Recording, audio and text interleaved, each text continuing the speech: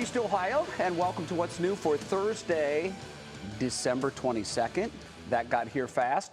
Because of the impending storm, Betsy is only wearing the weather hat today because she's been very busy forecasting what's going to happen for us here in the next 48 hours or so. And she joins us now. Carmen is in Betsy's place. I'm Jay Crawford. A very good Thursday evening to you ladies. I know it's been busy for Bets. Thank you, Jay. Yeah, Betsy, I mean, we want to get to you first, but what are we expecting? We're already feeling some temperatures drop just a little bit. Everything is right on track. And it's a very beautiful afternoon. I mean, I didn't even wear a jacket into work. I was like, this is amazing. And I'm sure you're doing the same thing. But please know we are still very much on track with how this storm is expected to go as we head through the night tonight. And we will be kind of giving you the full team treatment on this, too. We got a lot of folks that are helping us out throughout the day today.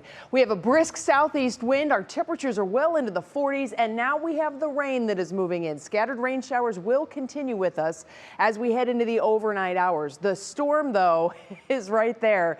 And there is that sharp cutoff. This is the rain that will come in early morning and precede the cold air. This is the rain that will freeze when the cold air comes in.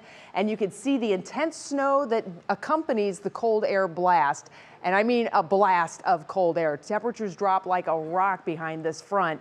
It's now 13 in Chicago, where it's 50 nearly in Louisville. But this is a 24-hour temperature change map. This is a stark punch in how this cold air is coming in. And my friends, it's going to be punching into Northeast Ohio as we head through the night tonight. We have a lot of different winter storm warnings and wind chill warnings. Here is the bottom line: cold wind, snow. Exactly what we've been telling you. Don't get wrapped up in the technicalities of these alerts. We have a very potent storm system that is going to be with us. We're in the 40s through 2 a.m. and then that rapid fall in temperatures comes in. That's the flash freeze. All the rain that precedes the front will freeze. We have a lot of icing issues. At the same time, the winds are coming up, and the wind is going to be a primary factor in the day's threats for tomorrow. As the temperatures are coming down, look at this. We will be in the single digits for tomorrow morning and hold in near zero and even low single digits through the afternoon. The drop will come before 2 a.m. for Erie, Huron, Richland, and Ashland counties, so before 2 a.m. Most of us in the 2 to 4 a.m. time frame is when that front will come through. Burst of rain, burst of wind, big burst of snow, and then those temperatures crash, and you can see farther east over toward the state line area. We're thinking after 3, after 4 a.m. Take time now. Clean up the yard. The inflatable yard decorations that your neighbors love will hate if it gets lofted and stuck on a power line and you cause the neighborhood's power to go out. Not a good situation. If you have liquids or drinks that are stored in your car or in your uninsulated garage, get them inside because they're going to burst. And take time now to charge your phone up to full capacity and all your external batteries too. We've got to get ready, and you have time now before the drop comes overnight tonight. We'll detail the specifics of tonight and look ahead to tomorrow and Saturday too, with big threats in the forecast coming up. Jay? Betsy, terrific advice and terrific job keeping us all up to speed on what's going to happen and when.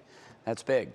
Now, there is, of course, a real possibility that this winter storm could cause power outages across Northeast Ohio. Neil Fisher has been covering that angle today. He's been speaking with construction experts about what to do at your home to prepare those pipes. Because, Neil, when we have that huge drop in temperature, the one thing that can cause a huge mess is those pipes bursting in your house. You got flood issues and everything else. So what do we do to stay safe? Hey, good afternoon, Jay. We found the one place in the building here at WKYC Studios that actually has a manual faucet, and this is what they're telling me to do, is keep those faucets running. You want the water flowing in the pipes. You don't need a strong stream, but you do need it dropping out of the faucet like it is right there.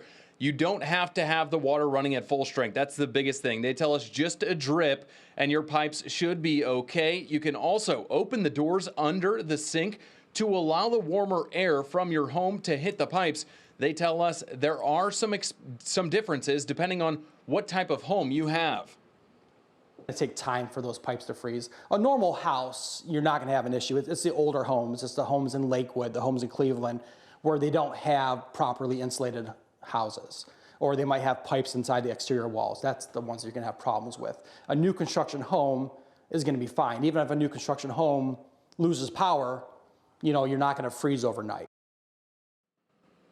If you have hoses outside, you do need to take them off their faucets. The water inside those will freeze and could cause damage in the spring when you attempt to use the hose again. Now, you can insulate underneath the sink to keep the pipes a little bit warmer, but it will be crucial to keep the water flowing throughout the pipes like it is here if you experience those power outages. Jay?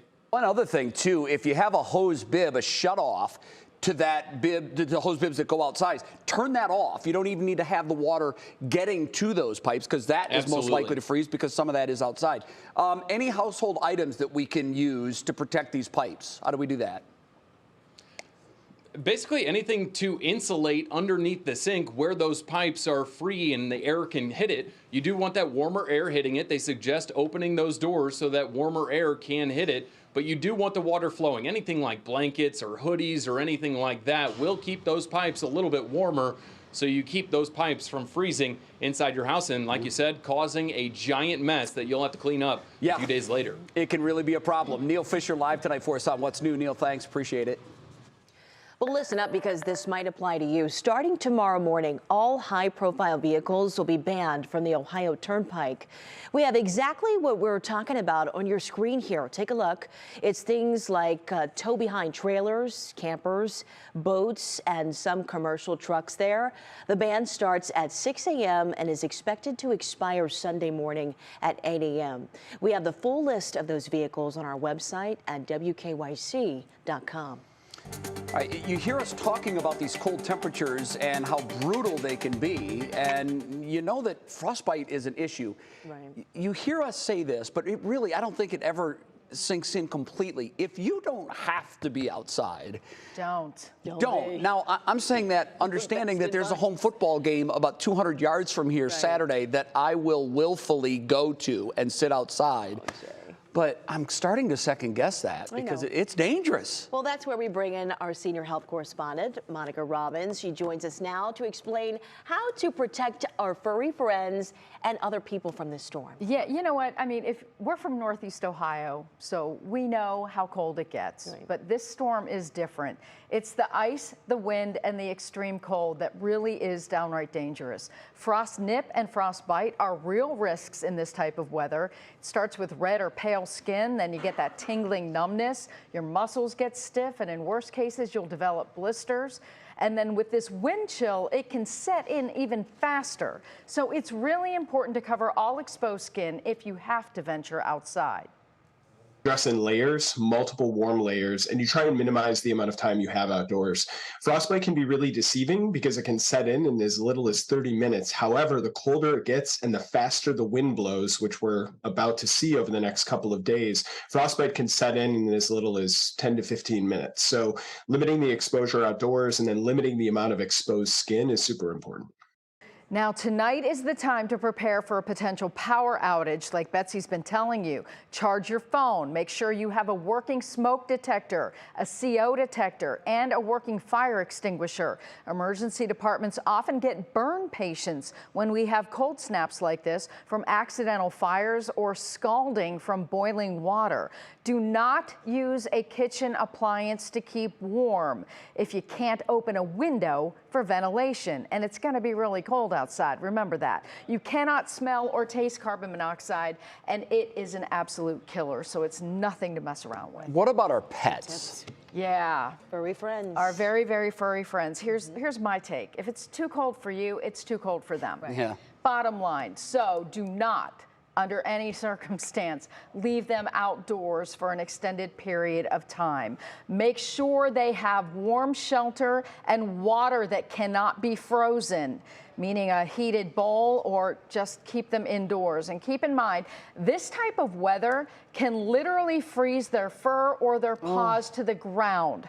Not to mention the slips and falls we all may face on this ice. So the next couple of days are really important to keep your pets indoors, because if the power goes out, keep in mind, they can keep you warm too. But we have seen that before, where animals have just simply frozen to the ground. That is heartbreaking. Because of this rain, they're going to be wet too. So this is something, please do not mess around. Your pets or your family, bring them inside. Absolutely. Great advice, Monica. Thanks, Mon. Should I go to the game or should I skip it? I think you should skip it. Yeah, honestly, I'm interested to see if they'll even have it. considering what the weather's going to be like. Wow. Okay. Yeah, so I would be, I mean, considering the holiday and everything else, I'll be interested to see if they even have it. Otherwise, dress in layers. The only way it would be canceled is if the city said we're not going to stage this event. And there's going to be a lot of overtime this weekend with a lot of city workers. Sure. You know, so that's something to keep in mind as well. But yeah, I'll be interested to see if they go forward with it, depending on what happens overnight and into Saturday. Interesting. Yeah, that's cold. If it's too cold to play football, that tells you how cold it is. Thanks, Monica. Sure.